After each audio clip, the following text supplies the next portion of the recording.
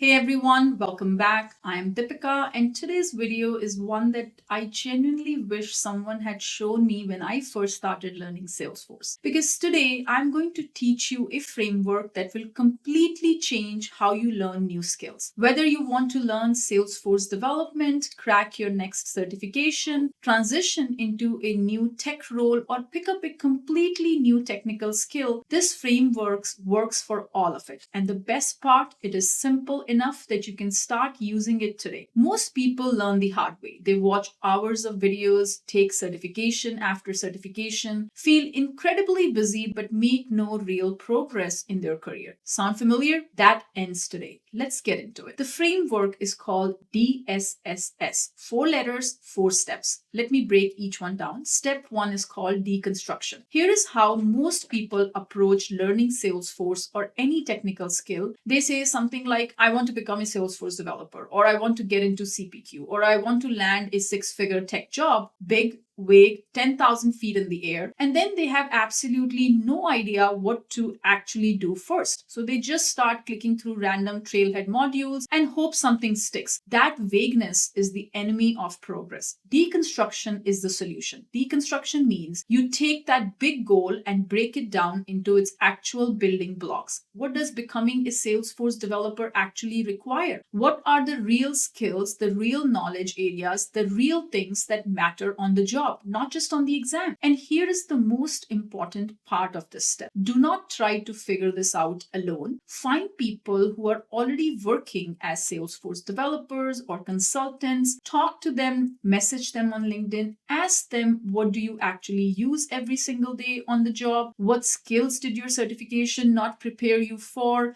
What would you focus on if you have to start all over again today? One honest conversation with a working Salesforce professional is worth more than 10 hours of Googling. Let me give you a real example. Say your goal is to become a Salesforce developer. Most people assume they need to master every single Apex concept, memorize every governor limit, understand every single feature on the platform. But if you talk to developers who are actually hired and working, most of them will tell you something completely different. The single most important thing on the job is not knowing every feature. It is the ability to understand a business problem and translate into a Salesforce solution. That business thinking combined with technical skill is what separates developers who get hired fast from those who stay stuck. That is deconstruction. You go from a vague goal to a specific, honest understanding of what actually matters in the real world. Do this first before you touch a single course. Step number 2 is selection. Once you have deconstructed your goal and have a full list of everything that could possibly be relevant, the next step is to ruthlessly select the most important things from that list. And the principle you use here is called the 80-20 rule. The idea is simple. 80% of your results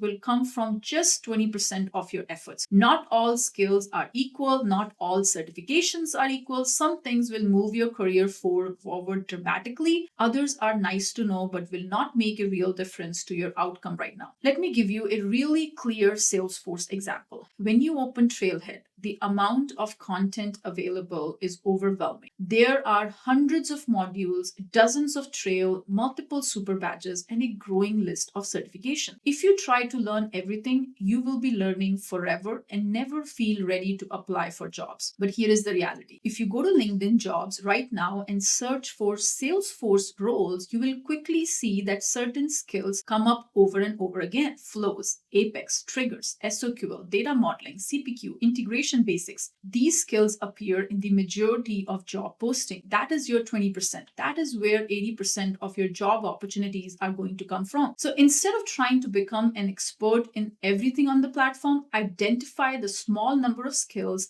that appear most frequently in the roles you want. Focus there first, go deep on those, become genuinely strong in that 20% before you start expanding outward. That focused approach will get you job ready 10 times faster than trying to cover everything. Step number 3 is sequencing. Even after you have selected the most important things to learn, the order in which you learn them matters a lot. Some foundations need to be in a place before the next layer makes any sense at all. Here is a classic mistake I see all the time. Someone decides they want to become a Salesforce developer, they are excited, they are motivated, and they jump straight into Apex. They start trying to write code on day 1, and within 2 weeks, they are completely lost, frustrated, and starting to think maybe Salesforce development is just too hard for them. But it is not too hard. They just got the sequence wrong. The right sequence is admin fundamentals. First, you need to deeply understand objects, fields, relationships, security model, and automation before a single line of Apex will make sense to you. When you understand what a lookup relationship is, what a master detail relationship is, how record ownership and sharing works, then when you write Apex code to manipulate those records, it all clicks. Skip that foundation and you are building on sand. So the right sequence for a Salesforce developer looks something like this. Admin concepts first, then declarative automation like flows, process automation, validation rules, then platform developer 1, Apex, triggers, test classes, SOQL. Then once you are solid there, you move into a specialization like financial service cloud or data cloud or Agentforce. Each layer builds directly on the one before it. Get the sequence right and everything clicks faster. Get it wrong and you feel stuck and confused, wondering why things are not making sense. Step number 4 is stakes. This is the most underrated step, and it is the difference between the people who actually get hired and the people who are still studying 2 years later. Here's the truth about learning a technical skill like Salesforce. No matter how many modules you complete, no matter how many videos you have watched, the moment you have to build something real for a real person or sit across from a hiring manager and walk them through your solution, your heart races and your confidence takes a hit. That fear is real, and most people let that fear keep them in the preparation phase forever. Always learning, never doing. Stakes are how you force yourself to cross that line. This can be money. Sign up and pay for your certification exam date right now, not someday. Pick a date 6 weeks from today and book it. Now you have a deadline. Now the studying has urgency. Post on LinkedIn today that you are building a Salesforce project and will share it publicly by a specific date. Now your credibility is on the line. That social commitment is surprisingly powerful at getting you to actually follow through. It can be a client, find a small business or nonprofit in your network that needs Salesforce help and offer to do it, even for free in the beginning. Now you have a real person with real expectations waiting for your work. That accountability will push you further in 4 weeks than 4 months of solo studying ever will. Because here is the thing, the moment you deliver your first real Salesforce solution to a real person, even if it is not perfect, you have crossed a line that most people never cross. That experience changes everything, and it all starts with putting something at stake. So let's put the whole DSS framework together quickly. D for deconstruct your goal, talk to working Salesforce professional, find out what actually matters on the job, break the big vague goal into specific real building blocks. Step number 2, select the vital 20%, go to LinkedIn jobs, look at what skills come up most in the roles you want, and focus your energy there first. Third is the sequence. What you selected, admin fundamentals before development, declarative before code, foundation before specialization, get the order right. Next one, put something at stake. Book your exam.